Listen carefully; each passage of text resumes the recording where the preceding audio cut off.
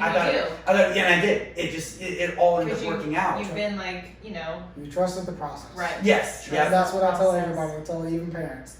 Like, you're going to get tutored. Don't expect, like, a turnaround next week. You have to be consistent. You can't just do, like, unless you're just doing a test. Yeah. But if you want them to actually grow, you have to trust the process and be consistent with what you're doing. And you do have to, like, sacrifice a lot. Like, this what got me, like, to go on my own.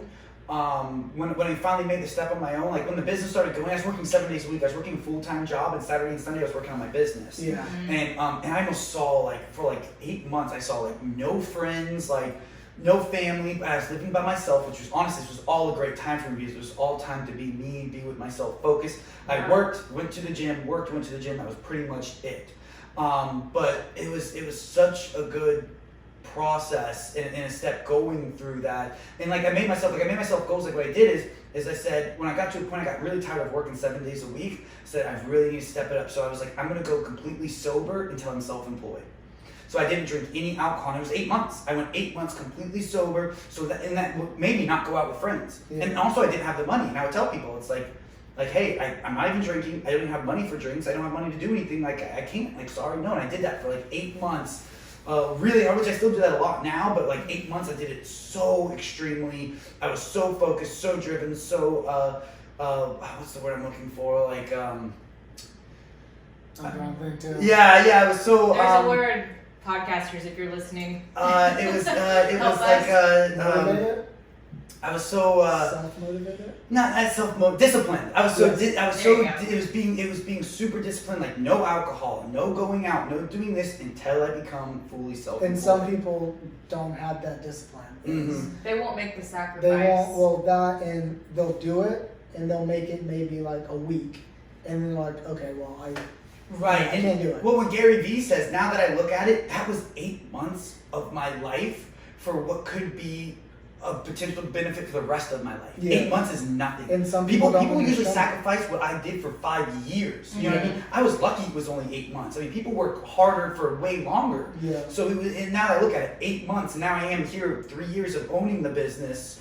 That 8 months was easy. I would have done 2 years to be where I'm at today. And some people don't really see the end goal. Yeah. They kind of just see like, what they have to go through. Yeah, and it's kind of like they can't make it through the first, like 8 months is just like, that was hard for you. Yeah. Some people can't even last a week. Yeah. So it's just understanding, like, having that vision board, as you said. And speaking of vision boards, I saw something about The Rock, and he had a vision board, which got me thinking, maybe I need a vision board. But I don't think I do. I don't know. Maybe one day. Do it. I don't know. It's a good idea. Use I your mean, mirror that's in your great, bathroom. Write on your mirror in your bathroom. That can be your vision board. You look at that every morning. Well, I have, what I do is every year I write goals for my 2020. That's right. So since I think it was 2017 I started. Yeah. I got it from Uriah Faber, UFC fighter. And like he used to just write stuff on notes, put it around his room, and then once he got it, he crossed it out. So I was like, I'll do it as a year. I put stuff that I know I can make, but then I put stuff that I'd have to work to get to. If I don't make it that year, I'll just add it to next year. Yeah. So I have that. That is on my. I guess you can say that's my vision board. Yeah. Is I come absolutely. up with You goals look at that every day. Yeah, I come up with goals that I need to exceed. Kind of like 2 years ago was getting tutors online, like doing online tutoring, because I know everything's going online, and it was hard. Because parents are just like, my kid can't learn online, like they need someone here. I'm like, trust me, it'll work. And so far, I have... Now you have 30 tutors.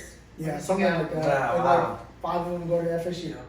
So, but yeah, no, it's trusting the process and being disciplined and seeing the end goal. And even if you don't see an end goal, just keep going, because then it'll just process in your head of like what you want to do. Like, I also like what he said earlier about paying attention to yourself. Like a lot of times, like even if you're young or old, like you get so distracted with everything that's going on in your life or other people's lives, which is how social media is these days. It's telling you everything about everyone all the time. Like you don't really like tune it out and like really listen to yourself and like what you want to do. Right. Like make the sacrifices, pay attention to yourself, and do those things that you want to do because it's possible. yeah. You know, like you don't need that nice car. You can drive a little 2006 Honda Civic and start your dreams. And I've told my students, because I have some students, and I've bought in their Jeep, lifted it, had the 50, I remember that. I tell my kids, because they're like, I'm going to buy a BMW, I'm going to do this. I said,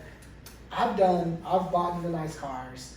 I've done all that. Like, get like a nice little Honda or something. And I was like, the only thing you need is tint. Yeah. Tint makes every car look nice. Like, and maybe some rims, but whatever. yeah, but I was like, as long as you have AC, a CD player, or a USB drive, you're fine. Like, you're young, you have a car. Mm-hmm. Girls are gonna like you regardless because you can drive. So I was just telling them, like, don't invest in like cars and stuff. Try to like find what you want to do. Like, I had a kid, he already knows he wants to be like a Pepsi driver and do all that stuff. So he already has his vision. But I'm like, you gotta not stay. You gotta not get in trouble. Right. But at least you kind of have. What do you mean by Pepsi driver? Like, the people that puts the Pepsis in the Coke machine or whatever, Pepsi machine. He wants to be that? Yeah, they make a lot of money. Really? The drivers? Yeah. They're like UPS drivers. Anything truck driving is really good money. Yeah, because you start off, I guess you like start off in like the back end of the shed, and then you move up. Yeah. And once you're a driver, you're like set. Wow. Yeah. UPS and all the, except milk. Yeah. My buddy's a truck driver. He makes $100 grand a year driving trucks. That's amazing. Yeah, and Fun fact. And same thing, no college or anything like that, and Just truck driving. Yep. Just driving trucks makes $100 grand a year. He loves doing it, and again, it's a lot of time. And he probably travels too, doesn't Well, he? he sees a lot of places, but also truck driving is another thing where you're by yourself a lot. So it's helped. He kind of developed. He did a job where he was by himself a lot and just developed a lot of books and started reading and doing things and found out how to become better and more. And now what he's doing is he's working to buy his own semi truck, and then he's going to work for himself independently. Right. So then he won't have hours or have to work for anybody. So that's what he's doing right now. He's saving up to buy his own truck, and then he's going to do it independently for people. So then he'll have his own hours and his own business and things like that. Your dreams are not impossible, guys. You can accomplish all these things if you just try. And trust the process. And trust the And process. trust, yeah. That's my thing. I'm always saying trust the process to everybody.